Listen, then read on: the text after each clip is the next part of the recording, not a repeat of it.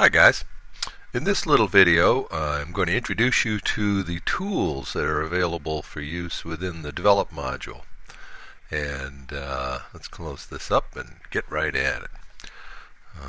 Now, when we're talking about processing images or working with images, in the darkroom we would quite often divide it into two different types of processes. One dealing with things that affect the whole image, what we call overall contrast, and then individual tools that deal with local spots, individual spots, a smaller spot. We call that local contrast. And Lightroom has the same sort of tools available for use. So let's take a look here. Now I can work with this image here, what do you think? Or this horizontal one here. I don't know, somehow I don't like the composition there. It doesn't quite feel right. This feels a little bit better. I like a little more space up here in the top, on top of this spruce limb up here, and this wonderful shadow happening over here. I'll probably have to bring up a little contrast in here. But anyway, let's decide on this vertical one here, and we'll go to the Develop module. Now I'm not going to actually work on this image in this video, but I do want to use it to show you the different tools you can work with over here. Now before I was talking about tools that affect the entire image, what we call global tools, and that's what this row of things is right here: basic, tone curve, HSL, split toning, and camera calibration, and so forth. These are global tools. They affect the entire image.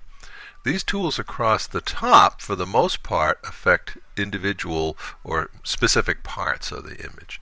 So you can go into this area of the spruce tree here, say, and give it a little bit more intensity and so forth. Bring up the contrast a little bit if you wanted to. Separate it from the background a little bit more. So let's take a look at what these tools do. We'll start at the top, and I'll just open this up.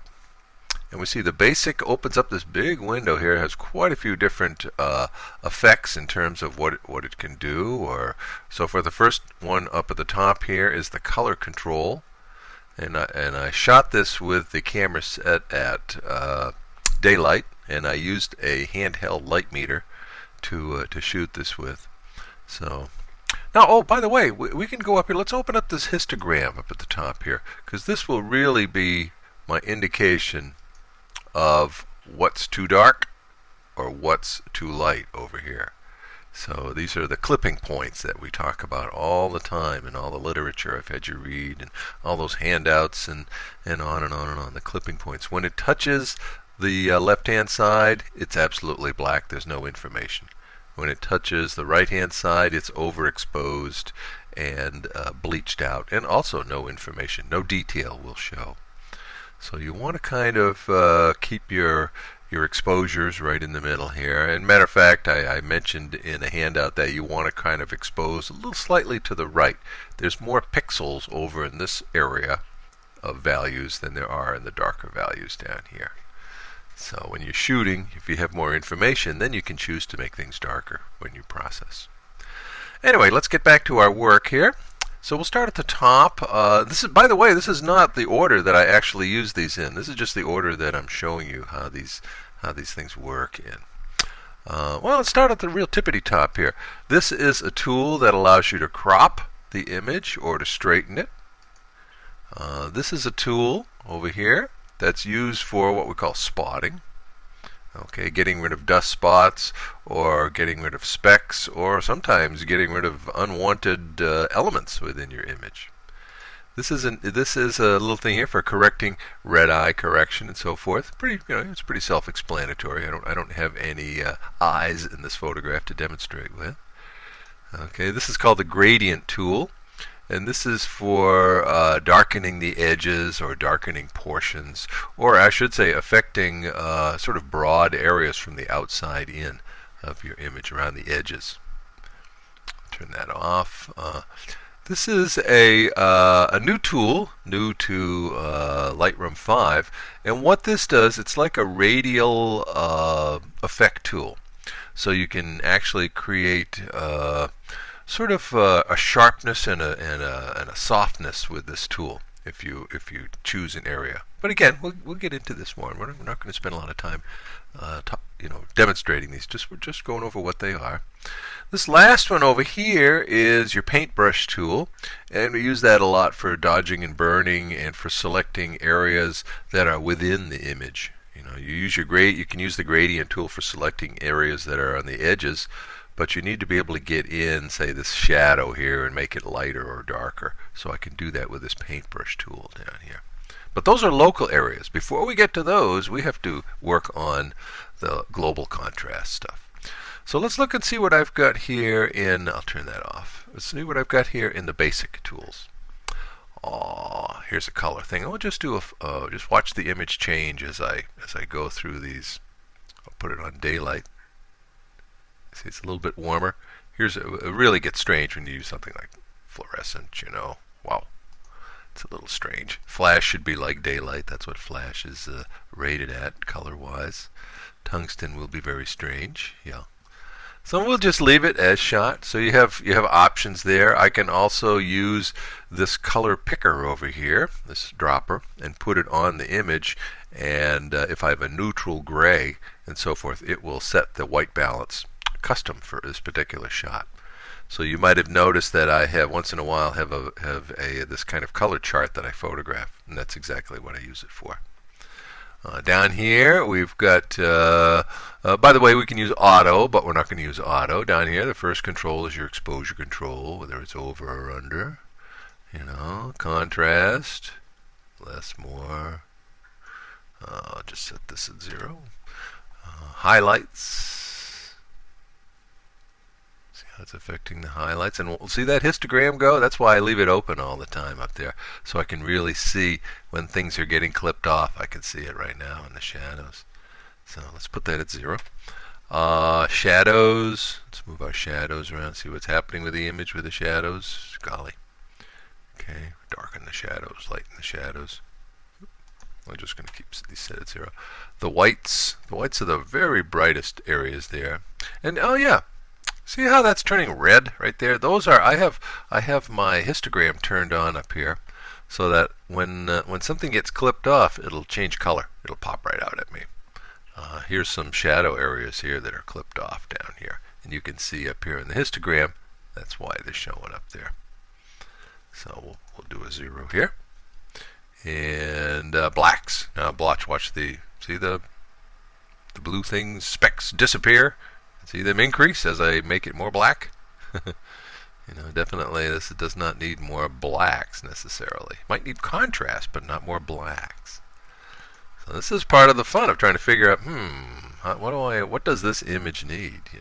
And I'll give you a workflow and a couple of videos to give you a way to work through all of this stuff.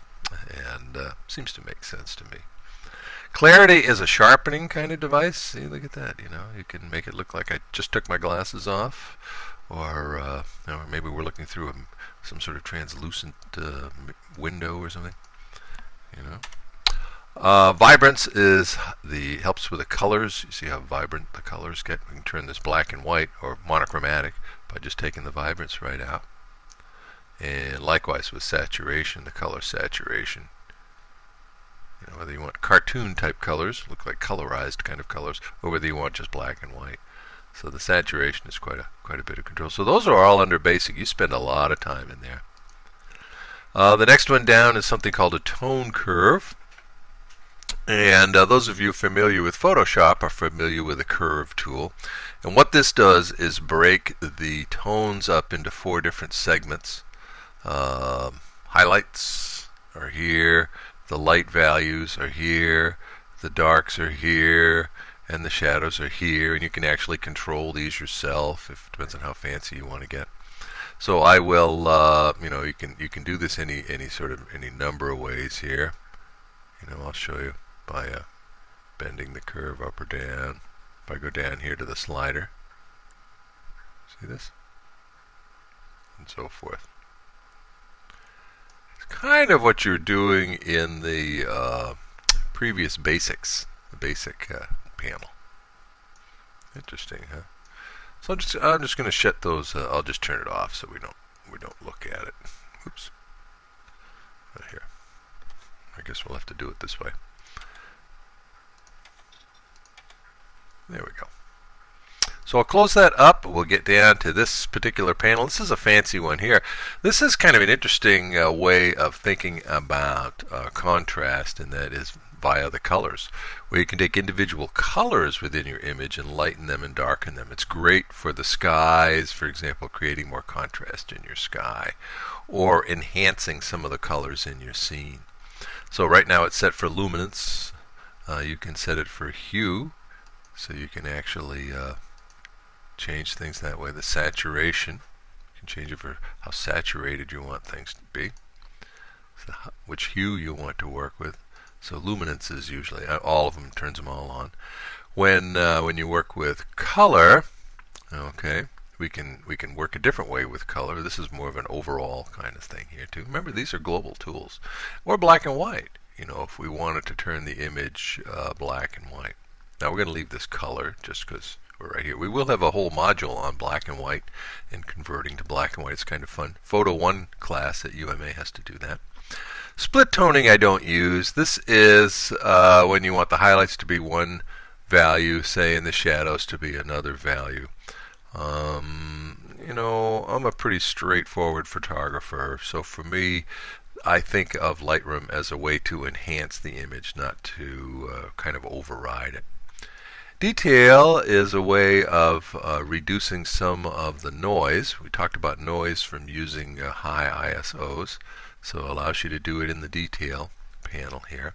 And sharpening, what sharpening is, it increases the edge definition of objects in the photograph. And that increases the apparent sharpness of the whole image. So you can't take an image that's out of focus and make it sharper in sharpening. But you can take an image that's in focus and make it appear even more sharper by using sharpening. And indeed, you can go too far with sharpening, and we used to call that photoshopped, when you actually pixelate the image. So sharpening is something we'll learn, to be judicious about and learn how to apply it. Lens corrections is pretty neat. If you have a lens, I'll turn it on here. If you have a lens that's actually within the list of lenses that Adobe has here, it will correct for the distortion that it creates. All lenses create distortion because they're taking 3 dimensions and putting them on a flat dimension, 2 dimensions. So let me turn this on and off. You can see this is with a 50mm lens, normal focal length lens, and look at that, how it flattens that right out. So great little tool here. Effects is like vignetting tool. I'll show it so you can see. So whether you're going to go a little too crazy here, or whether you're going to go crazy this way. We'll see what that does is burn your edges down. So I'm just going to set that to 0. So we're back to 0. Grain, if you wanted to give your photograph, your image a feeling of film grain to make it look kind of like it was made with film. There's that too. And camera calibration down here at the end. Camera calibration. Right now, I'm using raw files. This is a raw file. Matter of fact, it's a DNG, so it's a converted raw file. And raw files allow you a lot more choices in terms of what sort of color space you want to work with here. So right now, Adobe Standard is pretty even-handed. I have a special tool that I can create custom profiles down here. That's what these are all about down here. And you want to make sure you use the current processor. No sense using 2003, that's a little old. And stay up to current there. So there you go. Now if I shot a JPEG image, I would not have options here. This profile would be embedded. The JPEG makes that decision in the camera. As a matter of fact, a lot of these tools are not available with JPEG either, because JPEG is it's almost like a preset kind of thing to save time and to save space. So I'm going to close that up. So that's about it. Just to give you kind of an overview on how these things work. Remember, again, with Lightroom, nothing's permanent. Any changes you make, you can go back in and change them again. Matter of fact, I've worked on this image many times, and I just, for purposes of this demonstration, I just clicked on Reset, and it brought it right back to where it was at the start. So I'll see you next time, and we'll get into an actual workflow, and we'll probably talk about global adjustments next time we get together. See ya.